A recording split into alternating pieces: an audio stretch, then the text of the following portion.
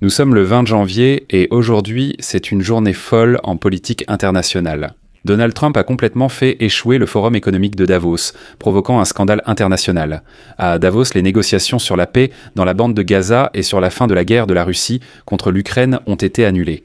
Certains dirigeants européens, dont Volodymyr Zelensky, ont annulé leur venue au Forum économique, estimant qu'il n'y avait rien à discuter avec Donald Trump.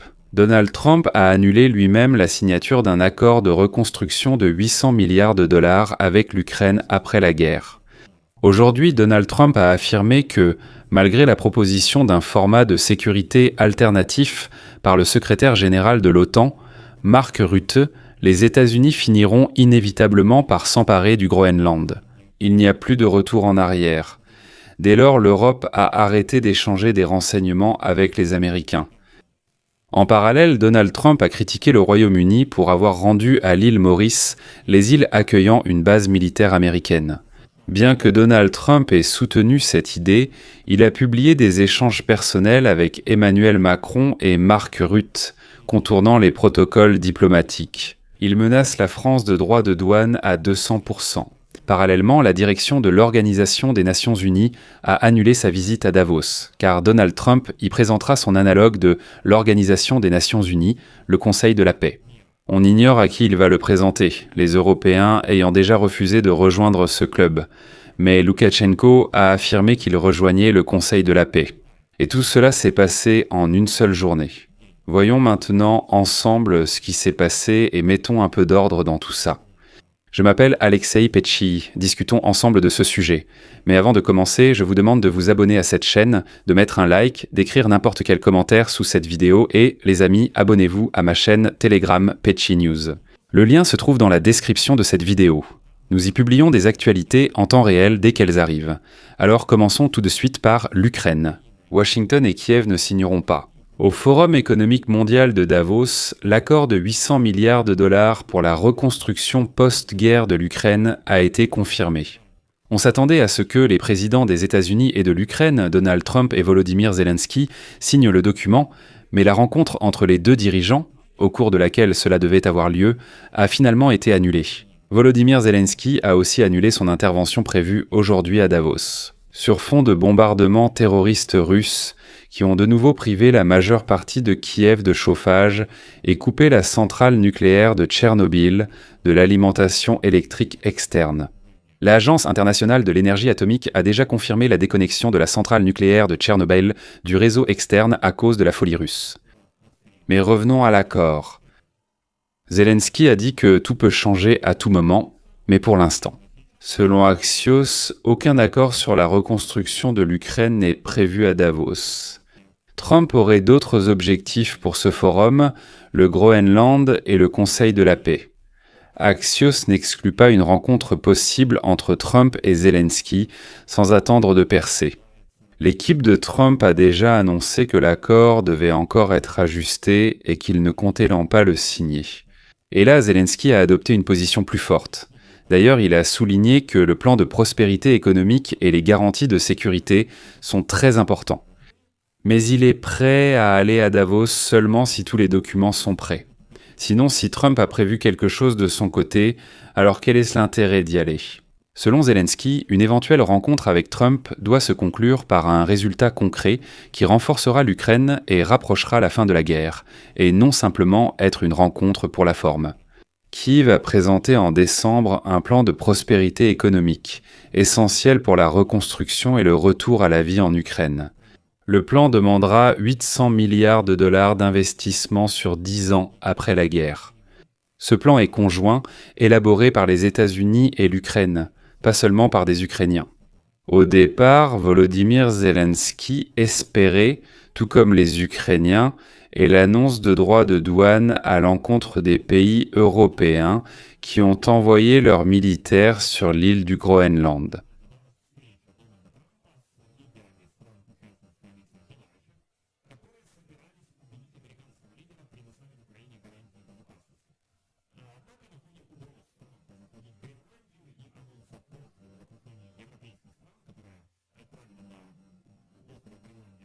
Au final, Donald Trump a simplement relégué toute négociation concernant l'Ukraine au second plan, et c'est là un point important. À Davos, on pensait que les Européens et les Américains discuteraient des garanties de sécurité pour l'Ukraine et de l'architecture sécuritaire de l'Europe. Ce n'est qu'après cela que les envoyés de Donald Trump, Steven Witkoff et Jared Kushner, iront à Moscou négocier avec Vladimir Poutine. Donald Trump ne négociera plus avec les Européens et Zelensky, mais la visite de Witkoff et Kushner à Moscou reste prévue. La question se pose alors, de quoi vont-ils parler là-bas ? Mais qu'est-ce que Donald Trump compte finalement présenter à Davos, puisqu'il s'y rend tout de même, et c'est là que ça devient vraiment du grand n'importe quoi. Trump n'a que 2 sujets, le Groenland et le Conseil de la paix. Commençons par le Groenland. Le 20 janvier au matin, Trump a annoncé avoir parlé avec le secrétaire général de l'OTAN, Mark Rutte, sur le Groenland, accepté des rencontres à Davos et affirmé « Le Groenland est irremplaçable pour notre sécurité et celle du monde ». Et tout le monde serait soi-disant d'accord avec cela, mais il s'est avéré que ce n'est pas du tout le cas. Juste après, Trump a publié un message personnel d'Emmanuel Macron. C'est tout simplement une violation de toutes les règles diplomatiques, des protocoles diplomatiques, mais Trump n'hésite pas à faire ce genre de choses. Dans cette correspondance, Macron était d'accord avec Trump sur la Syrie et l'Iran, mais ne comprend pas ses actions sur le Groenland. Macron a proposé d'organiser une réunion au format G7 jeudi, dans l'après-midi après Davos, et d'y inviter l'Ukraine, le Danemark, la Syrie et la Russie. Macron a invité Trump à déjeuner à Paris jeudi avant son retour aux États-Unis. Citation de Macron d'une lettre personnelle. « Mon ami, nous sommes d'accord sur la Syrie. Nous pouvons réussir sur l'Iran, mais je ne comprends pas tes actions concernant le Groenland. » Macron a proposé un dialogue à Trump. De plus, l'Élysée a confirmé aujourd'hui l'authenticité du message personnel de Macron adressé au président américain Trump, dans lequel le dirigeant français a proposé d'organiser une réunion des pays du G7 à Paris le 22 janvier avec la participation de la Russie. C'est d'ailleurs la première proposition en 12 ans de réinviter les Russes à ce dialogue au format du G7. En somme, si Trump devient vraiment fou, il faut réunir tout le monde et parler franchement. Il est également important de noter que la proposition d'Emmanuel Macron est arrivée au moment où l'Europe réfléchit à des mesures de rétorsion face aux droits de douane imposés par Trump sur les produits de 8 pays européens qu'il a introduits la veille. Parce que ces pays ont envoyé des militaires au Groenland. Même s'ils ne sont que 2, 10 ou 13, Trump utilise ces droits de douane pour faire pression sur l'Union européenne afin qu'elle change sa position sur le Groenland. Trump a-t-il apprécié l'initiative de Macron de discuter et calmer les choses ? Non. Trump a dit qu'il pourrait imposer des droits de douane de 200% sur les vins et le champagne français. Parce que Macron a refusé de participer à son conseil et a ajouté qu'il n'était de toute façon pas utile là-bas, puisqu'il quittera bientôt la présidence. S'il ne rejoint pas le Conseil de la paix, la France subira des droits de douane. Nous reparlerons du Conseil, d'autres points restent à discuter. Ensuite, Donald Trump a publié sur Truth Social des images générées par intelligence artificielle pour confirmer aux Européens ses revendications sur le Groenland. Il a montré une photo où l'on voit la rencontre des alliés européens avec Trump dans le bureau ovale le 18 août 2025. En arrière-plan, il y a une carte montrant le Canada, le Venezuela et le Groenland, faisant partie des États-Unis d'Amérique. Voilà, c'est comme si Trump montrait soi-disant ce plan aux Européens.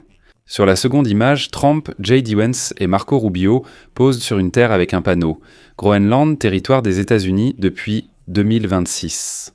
Et comme si cela ne suffisait pas, Donald Trump s'en est aussi pris au Royaume-Uni, à l'île Maurice et aux îles Chagos dans l'océan Indien, où se trouve la base militaire américaine Diego Garcia. Trump a déclaré que c'est une raison de plus pour laquelle les États-Unis doivent s'emparer du Groenland. Et maintenant, voici la chose la plus paradoxale, et ce qui, personnellement, me fait douter de la lucidité de Donald Trump. Tout l'intérêt de cette histoire, c'est que l'administration de Donald Trump avait auparavant soutenu la décision du Royaume-Uni de « c'est tout ». La façon d'assurer la sécurité de la base américaine Diego Garcia, ce sont les mots de Donald Trump. Il dit « Excellente idée, transmettez.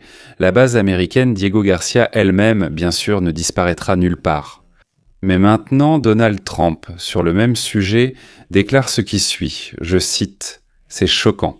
Notre soi-disant allié de l'OTAN, le Royaume-Uni, veut rendre l'île Diego Garcia à l'île Maurice, une base clé des États-Unis, sans motif lié à l'OTAN. Il ne fait aucun doute que la Chine et la Russie ont remarqué cet acte de faiblesse totale. Le Royaume-Uni cède une terre extrêmement importante. C'est un acte de grande stupidité, et c'est encore une raison de plus pour laquelle le Groenland devrait être acquis par nous. Je vais simplement rappeler encore une fois que Donald Trump lui-même soutenait la décision du Royaume-Uni de remettre les îles au Royaume-Uni. Il disait que c'était essentiel pour la sécurité de la base militaire américaine, et maintenant il dit que c'est une stupidité et une preuve de faiblesse. Donald Trump a ensuite publié en ligne un message personnel du secrétaire général de l'OTAN, Mark Rutte, qui continue de flatter. Voici la citation. « Monsieur le Président, cher Donald, votre action en Syrie est incroyable. J'utilise mes rencontres presse à Davos pour valoriser votre travail sur Gaza et l'Ukraine. Je reste déterminé à avancer sur le Groenland. » Après cela, Mark Rutte propose à Donald Trump une solution pour la situation au Groenland. La proposition de Mark Rutte concerne l'accord de 1951 qui a été signé entre les États-Unis et le Danemark 2 ans après l'adhésion du Danemark à l'OTAN. Ce document prévoit la défense conjointe du Groenland et autorise les États-Unis à installer leur base militaire sur l'île depuis l'époque de la guerre froide. La base aérienne américaine de Pituffik y est déployée, où se trouve actuellement un contingent de plus de 600 personnes, dont environ 200 militaires américains. Et voilà que Mark Rutte dit « Écoutez, signons à nouveau cet accord et ajoutons-y une clause interdisant à l'île du Groenland de coopérer dans quelque domaine que ce soit avec les Russes et les Chinois. » Donald Trump maintient « L'île doit devenir américaine, tout le reste n'est pas négociable. » Mais ce n'est pas tout. Donald Trump se rend à Davos pour présenter son Conseil de la paix.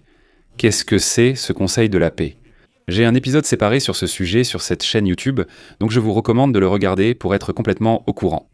Donc Donald Trump a décidé de remplacer le Conseil de sécurité des Nations Unies par lui-même et de gouverner le monde entier seul. Donald Trump souhaite annoncer à Davos que son Conseil de la paix ne se limitera pas à Gaza, puisqu'il a été conçu pour promouvoir la paix dans le monde entier. Citation d'un responsable de la Maison-Blanche. Jeudi 22 janvier, une annonce officielle confirmera l'approbation du Conseil de la paix et la signature de sa charte, avec Donald Trump à sa tête. La charte lui accorde uniquement le droit de veto sur toutes les décisions absolues. Les Européens ont été choqués, car ce n'était pas ce qu'ils avaient signé ni accepté à Sharm el-Sheikh en octobre dernier. Vous vous souvenez, il y avait justement un congrès là-bas. Les Européens, les pays de la région, les Américains, les Israéliens, même quelqu'un du Hamas était présent, et c'était un sommet pour la paix, comme ils l'ont appelé. Ensuite, il a été décidé de créer un conseil de la paix pour l'administration temporaire de la bande de Gaza. Donald Trump affirme «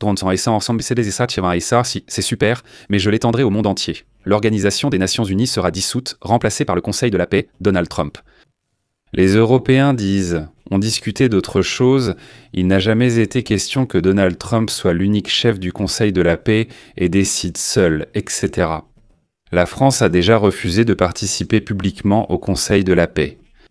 D'ailleurs, je rappelle que les membres permanents de ce Conseil de la paix devront verser une contribution d'1 milliard de dollars. D'après Bloomberg, le Royaume-Uni, l'Allemagne, les Pays-Bas, la Suède et le Canada comptent aussi refuser la proposition de Trump et ne signeront pas à Davos. Même Israël s'est opposé à ce Conseil de la paix, tandis que des pays comme l'Argentine, le Maroc, le Qatar, l'Indonésie et la Biélorussie ont accepté de rejoindre ce Conseil de la paix. Trump a invité 58 dirigeants au Conseil, excluant la Chine et l'Afrique. Dès jeudi à Davos, on prévoyait un scandale, puisque les Européens refusent de soutenir une alternative à l'Organisation des Nations Unies et sont en conflit à propos du Groenland. Soit dit en passant, le Danemark et le secrétaire général de l'Organisation des Nations Unies, Antonio Guterres, ont annulé leur déplacement à Davos, respectivement à cause de la situation au Groenland et d'un rhume. Pensez à l'image qu'il aurait lors de la présentation par Trump de sa pseudo-organisation des Nations Unies. Trump a finalement transformé le Forum économique mondial de Davos en une célébration de lui-même. Mais les questions vraiment importantes, comme la fin de la guerre de la Russie contre l'Ukraine, ne sont même plus discutées désormais. Je m'arrête là. Donnez votre avis en commentaire, abonnez-vous, activez la cloche et likez la vidéo. Pour soutenir cette chaîne YouTube, faites un don via les liens et coordonnées en description de la vidéo. Merci, c'est tout pour aujourd'hui, prenez soin de vous, au revoir à tous.